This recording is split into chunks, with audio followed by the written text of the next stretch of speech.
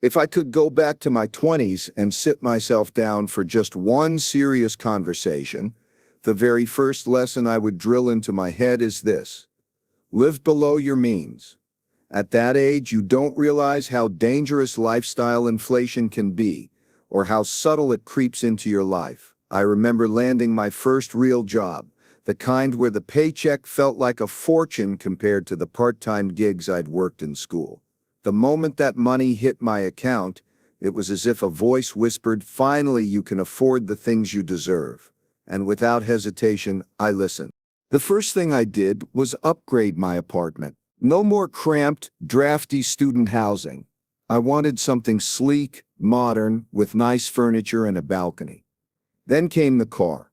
I convinced myself I needed a reliable, professional-looking car to match my new chapter. I signed up for a lease I couldn't really afford, but I told myself it was fine because I had a salary now. And of course, with a better car and a better apartment, it only felt natural to start dressing the part. That meant nicer clothes, eating out at places that looked good on Instagram, and spending freely when friends called for nights out. Here's the dangerous part. None of it felt like overspending. In fact, if you had asked me back then, I would have told you I was just doing what everyone else was doing. Everyone upgraded their lifestyle once they got a job, right? Isn't that the reward for hard work? Isn't that the whole point of working? But month after month, I noticed something strange. Despite the paychecks being larger than anything I'd seen before, I never seemed to actually have money left. I was living paycheck to paycheck just like before, only this time it was disguised under nicer clothes and a better car. I wasn't broke because I was struggling, I was broke because I had expanded my expenses to perfectly match my income. This cycle is what they call lifestyle inflation, and it's one of the biggest traps you can fall into in your 20s. The more you make, the more you spend, and the more you convince yourself that the spending is necessary. You tell yourself, "I work hard, I deserve this." But every time your income grows, instead of building a cushion, you find a way to fill the gap with new expenses. A raise feels less like an opportunity and more like a signal to upgrade your life. And before you know it, you're chained to your paycheck no matter how big it gets. What I wish I understood back then is that the people who get ahead financially are not the ones who earn the most, but the ones who manage the gap between what they earn and what they spend. That gap is everything.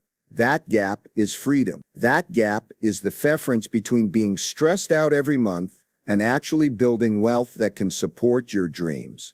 The moment you decide to live below your means, you create space. Space to save, space to invest, space to breathe. Let me put it this way. Imagine two friends. Both of them make $50,000 a year.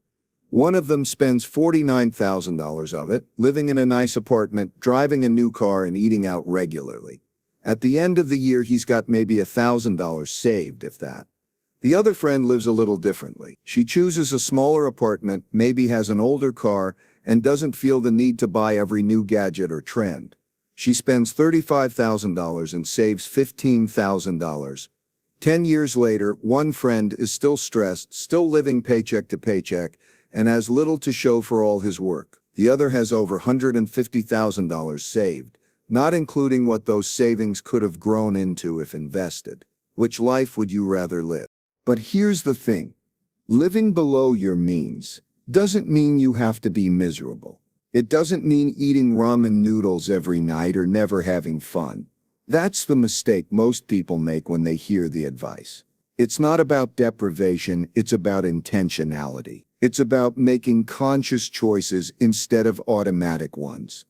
For example, do you really need the newest phone every single year? Or will the one you already have serve you just fine? Do you need to upgrade your apartment just because your salary increased? Or could you stay where you are for a while and use the difference to build wealth? Do you need to eat out 5 times a week, or could you cook more at home and save those dinners out for special occasions? When I look back, the saddest part is not that I wasted money, it's that I wasted time. Every dollar I spent on things I didn't need wasn't just a dollar gone. It was the lost opportunity for that dollar to grow. If I had saved even $300 a month starting in my early 20s and invested it, by the time I hit my 30s, I could have had tens of thousands of dollars working for me. That money would have been compounding, multiplying quietly in the background, giving me options and freedom. Instead, I had nice furniture that didn't matter, car payments that drained me, and memories of overpriced dinners I barely remember. So what's the practical step here? It's simple, though not always easy. The first step is awareness. Start tracking your spending. Not in a judgmental way, but in an honest way. Where is your money going each month?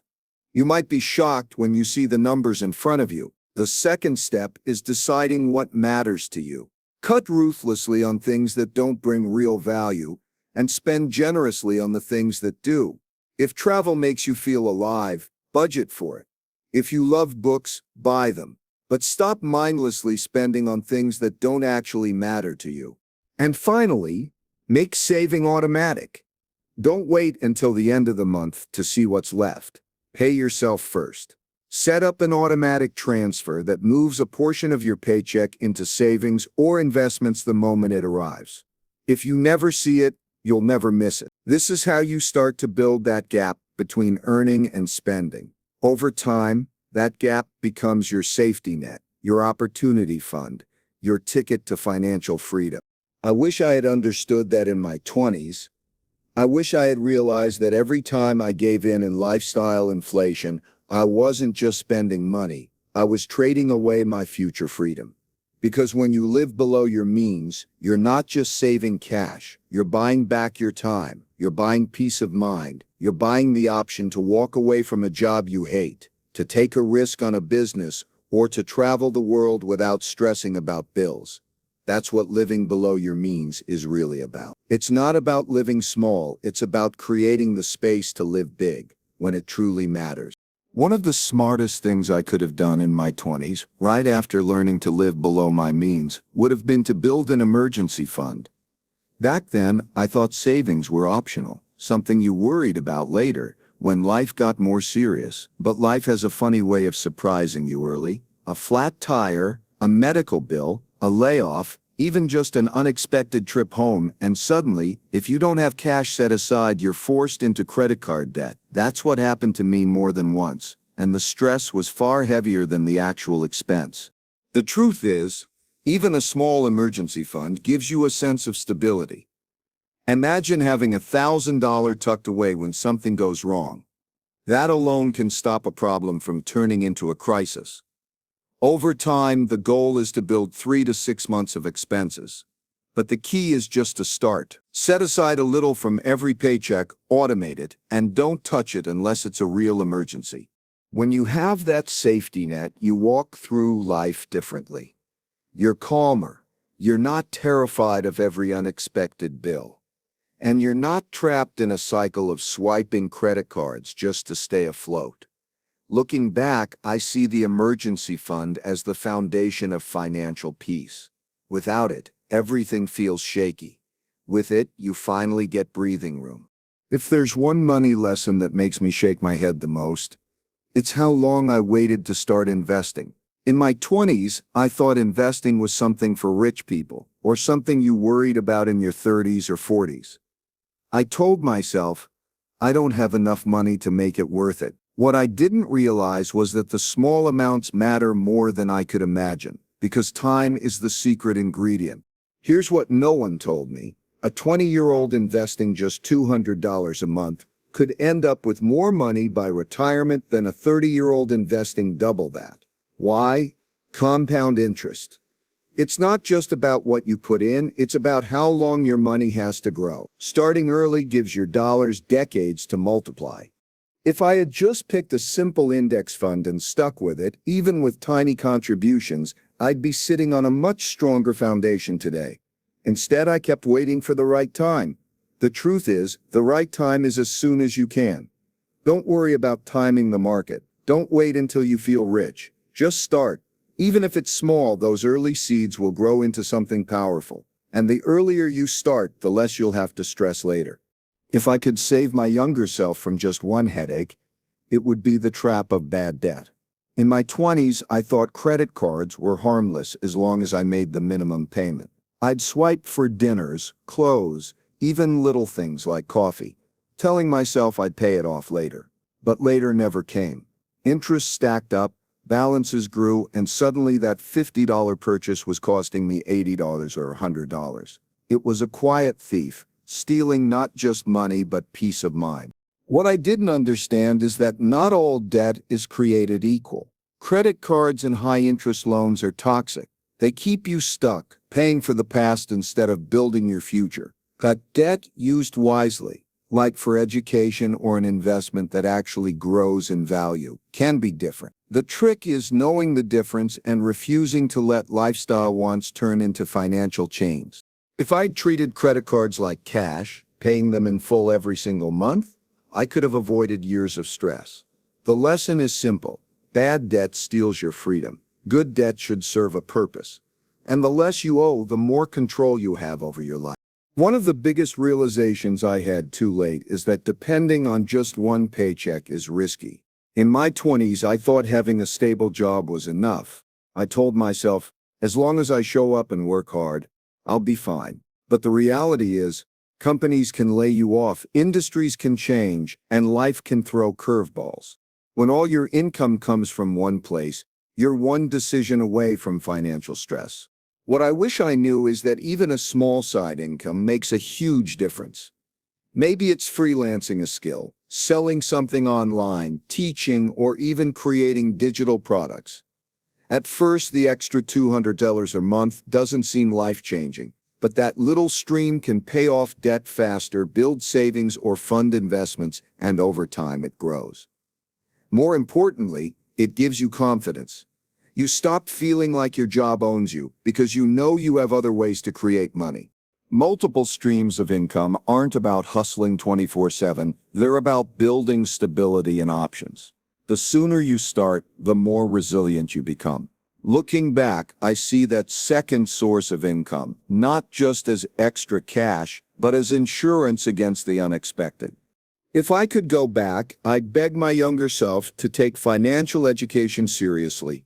In school, nobody taught me how money actually works, not how to budget, not how credit scores affect your future, not how to invest wisely. I walked into adulthood knowing how to pass exams but clueless about how to manage the paychecks I worked for. And the price of that ignorance was high. Debt, stress, and years wasted figuring things out the hard way. The truth is, money isn't complicated once you start learning, but it feels intimidating when you don't know the basics. Reading a few good books, listening to podcasts, or following people who actually teach financial principles would have changed everything for me. Even 30 minutes a day of learning would have saved me thousands of dollars in mistakes. The earlier you build financial literacy, the more confident you feel with every decision. You stop guessing, you stop relying on bad advice, and you start making choices that actually move you toward freedom. Knowledge is leverage.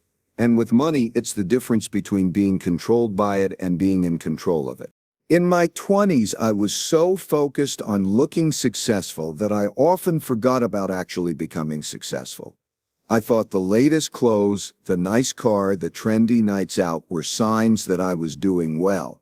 The truth, none of those things built lasting wealth. They just gave me short-term flex, a temporary feeling of status, while my long-term goals were quietly slipping further away. What I wish I understood is that financial freedom isn't built on how good your life looks today. It's built on the choices you make for tomorrow. Every dollar I spent trying to impress others could have been a dollar invested, a step closer to freedom. The people who win with money are the ones who delay gratification, who play the long game. They choose assets over liabilities, freedom over appearances. When you shift your focus from short-term pleasures to long-term freedom, everything changes. You stop chasing validation and start building independence. And the day you reach that point, when your money works for you instead of you working for money, you realize that real wealth was never about showing off, it was about living life on your own terms.